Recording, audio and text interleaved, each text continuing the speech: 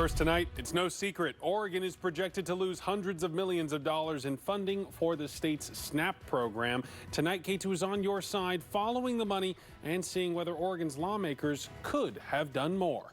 Good evening. Thanks so much for joining us tonight for K2 News at 11. I'm Barry Mangold, and it's part of a new federal bill which states across the board that states in the United States will have to pay more for SNAP, but states that have made more mistakes when administering SNAP benefits will have a greater tab to pay. Oregon is one of those states. K2's Tanvi Verma joins us from the live desk. And Tanvi, before you tell us about what lawmakers have had to say about all this, how many people could be impacted by these funding changes to SNAP?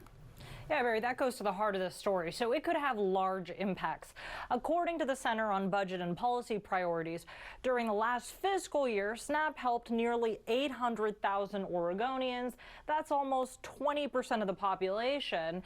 And that's why we pressed our elected officials on whether things could have been done differently to avoid this situation.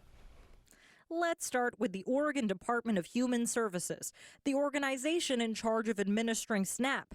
It put out a video explaining why the cuts will harm Oregonians. The new federal budget will cut almost $3 billion in funding over the next few years, and that shifts unsustainable costs to Oregon. And ultimately, that will mean less food on the table for families. Let's peel back a layer of the onion. Technically, all states that want to maintain their SNAP funding will have to foot some of the bill in a few years. But the other cuts to SNAP funding are based off of how much the state has overpaid and underpaid their SNAP benefits. Oregon's rate of making mistakes is higher than average. According to the United States Department of Agriculture, last fiscal year, Oregon made errors at a rate of 14%. So we went looking for answers from the House Committee on Early Childhood and Human Services, but we only heard back from Rep. Travis Nelson. Part of the reason Oregon is in the predicament it's in is because the error rate is so high with overpayment. With SNAP, it's above the average for the country. Have you or any other committee members addressed this in the past, or did you see this coming as a problem? We're aware of the issues with Oregon's error rate.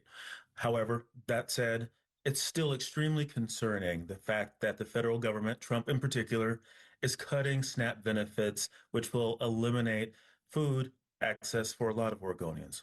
We also pressed Republican House Minority Leader Christine Drazen's team.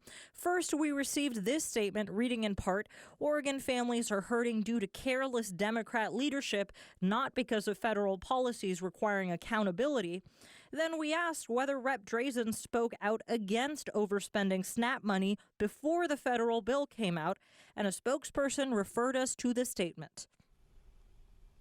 We didn't stop there. We also pressed the governor and the Oregon Department of Human Services, asking them whether they could have done something more substantial to address overpayments, and we did not hear back. At the live desk, Tanvi Verma, K2 News.